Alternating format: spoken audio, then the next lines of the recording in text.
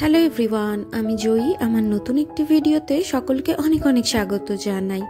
তো দেখো, ভিডিওটা দেখে হয়তো ভাববে যে আমি কোথায় চলে গেলাম হঠাৎ করে।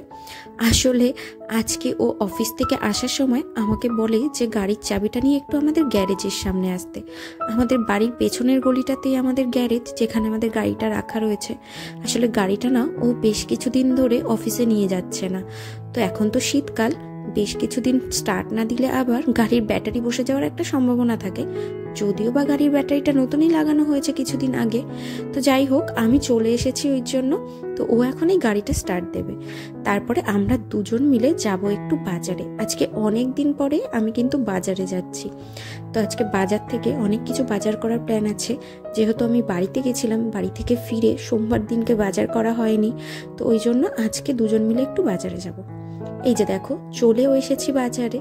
তো বাজারে এসে তো এই শাক সবজি দেখে আমার তো মনে হয় যেন আমি সব কিছু নিয়ে নিই, কিছু খাই আর না খাই, নিয়ে ফ্রিজ ভর্তি করে রাখলেই আমার যেন চোখের শান্তি হয়। তো যাই হোক, চলো এবার দরকারি জিনিসপত্রগুলো নিয়ে নিই সব।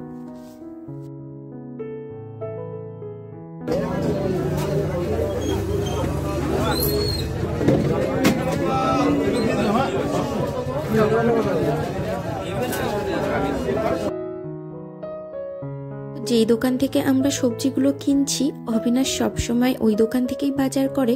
মোটামুটি ওই জন্য একটা চেনা পরিচিত হয়ে গেছে। তো ওই দাদা আমাকে বললো যে বৌদি, তুমি যখন ভিডিও করছোই আমার সামনের দোকানটা একবার ভিডিও করো। তো সত্যি কথা, সামনের দোকানটা দেখলাম, দেখো কি সুন্দর ফুলকপিগুলোকে সাজিয়ে রেখেছে। তো এখন আবার আরেকটা দোকানে এসেছি, এখান থেকে আরও কিছু জিনিসপত্র নেওয়ার আছে। তো চলো সেগুলো ঝটপট করে নিয়ে নিই। এরপরে আরও অনেক কিছু নেওয়ার আছে, মাছের দোকানেও একটু যাব, মাছ বাজারে যেতে হবে ওই জন্য। চলো এবার এখান থেকে কিছু জিনিসপত্র নিয়ে নিই। আলু আলু কত করে? কি আলু গো এটা?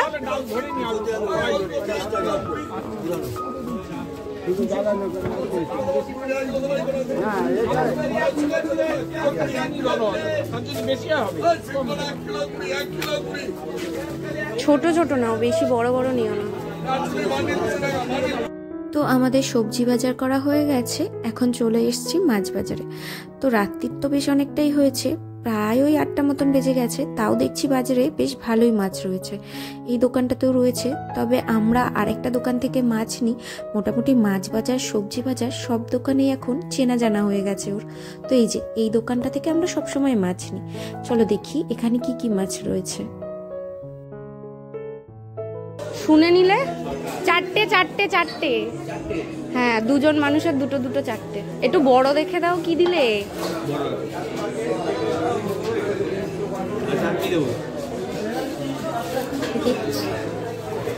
তোমার পাবদাগুলো এত ছোট ছোট, তা বড় দেখে এখান থেকেও চারটে দিয়ে দাও, বড় দেখে দেবে।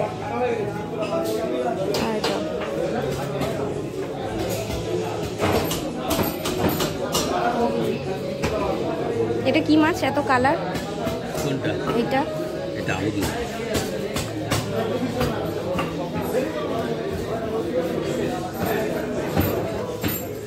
কটা দিলে? নরম না তো? দুইয়ে দুইয়ে চার, তুমি বোঝো না? দুইয়ে দুইয়ে চার, নারিলে খাবে বলে চার। না, পাঁচটা না, পাঁচটা না, পাঁচটা খাওয়ার লোক নেই, আমি একা খাই, ও খায় না। তুমি চারটে দাও, চারটে দাও।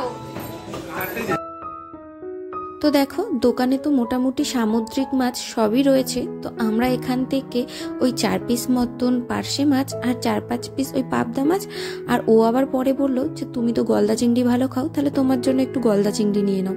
তো ওই জন্য 4 পিস গলদা চিংড়িও নিয়ে নিলাম। তো বলছিলাম না যে এই দোকানেও মোটামুটি চেনা জানা হয়ে গেছে মাছ বাজারে আস্তে আস্তে। তো এই দোকানে আসলেই না এই কাকুটা আমার সাথে খুব ইয়ার্কি করে, আর যখনই আসি তখনই না উনি চা না খাইয়ে কিছুতেই আমাকে ছাড়বে না। কিন্তু আমি তো চা খাই না, এই আজকেও তো অবিনাশকে জোর করে 1 কাপ চা উনি খাইয়েই ছেড়েছে। তো যাই হোক, এই মাছগুলো তো নেওয়া হয়ে গেল। আর এইদিকে এই মাছটাকে দেখো, কেমন বকের মতন সরু সরু লম্বা লম্বা ঠোঁট। তো এই কাকুকে জিজ্ঞেস করাতে উনি বললেন যে এই মাছটার নাম নাকি বক মাছি, আরও কি সব যেন নাম বললো। আমি বাবা এই নামগুলো আগে শুনিও নি, আর অতটা বুঝতেও পারলাম না। তো এই যে সমস্ত বাজার নিয়ে আমরা বাড়িতে চলে এসেছি। আর বাড়িতে এসেই আমি ফ্রেশ হয়ে এই মাছগুলোকে ধুয়ে পরিষ্কার করে নিয়েছি। ওই মাছের দোকানের পাশেই একটা দোকান রয়েছে যেখান থেকে আমরা মাছগুলোকে কাটিয়ে আনি। প্রতিবার অবিনাশ বাজার করে ওই কাকুর দোকান থেকেই মাছ কাটিয়ে আনে। আর এই যে দেখো এখানে এই পার্শে মাছ 4টে আমি ধুয়ে নুন হলুদ মাখিয়ে রেখেছি। এগুলোকে এখন রাত্রিবেলা রান্না করব একটু পোস্ত আর সর্ষে দিয়ে। আর বাকি পাবদা মাছটা আর চিংড়ি মাছটা কন্টেনারে আলাদা আলাদা করে রেখে দিয়েছি, ওটাকে এখন ফ্রিজে ঢুকিয়ে দেবো। আর এইদিকে দেখো কত কিছু সবজি বাজার করেছি। বললাম না আমার সবজি বাজার দেখলেই মনে হয় যেন সব নিয়ে নিই। আর আজকে এই বড় বেগুনটা এনেছি, তবে আজকে তো মঙ্গলবার, রাত্রির হয়ে গেছে, আজকে আর পোড়াবো না। যদিও বা মঙ্গলবার আর শনিবার নাকি বেগুন পোড়া খেতে হয়, তো সামনে শনিবার ভাবছি এই বেগুনটাকে পুড়িয়ে ভর্তা বানাবো। আর অনেক আমি সবজি এনেছি, কুমড়ো, বিনস, গাজর, ক্যাপসিকাম, ছিম, আরও অনেক কিছু। কড়াইশুঁটিও এনেছি, ভাবছি এর মধ্যে একদিন কড়াইশুঁটির কচুরিও করব। মোটামুটি শীতকালের যা সবজি হয় সব কিছুই বাড়িতে নিয়ে চলে এসেছি। তো এগুলোকে এখন টেবিলের ওপরে রাখার কারণ হলো এগুলোকে আলাদা আলাদা প্লাস্টিকে ভরে এখন আমি ফ্রিজে স্টোর করব। চলো তাহলে এই কাজগুলো করে তারপরে দেখা হচ্ছে তোমাদের সাথে।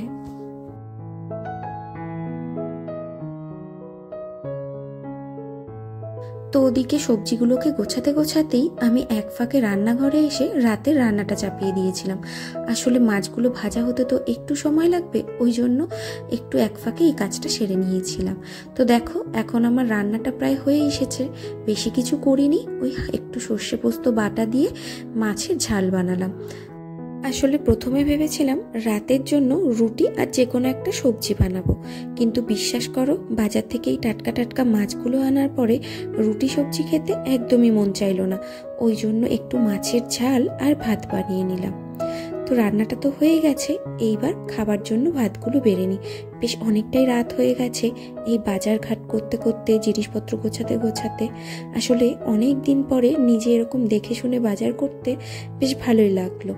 যাই হোক চলো তাহলে আজকের ভিডিওটাও এখানেই শেষ করছি। আমার ভিডিওটা ভালো লেগে থাকলে লাইক, কমেন্ট অ্যান্ড সাবস্ক্রাইব করতে ভুলো না। আর যারা যারা আমার ফেসবুক পেজ থেকে এই ভিডিওটা দেখছো অবশ্যই আমার ফেসবুক পেজটাকে ফলো করে দিও আমার পরবর্তী ভিডিওগুলো দেখার জন্য। সকলে ভালো থেকো, সুস্থ থেকো, দেখা হবে নেক্সট একটা ভিডিওতে। টাটা।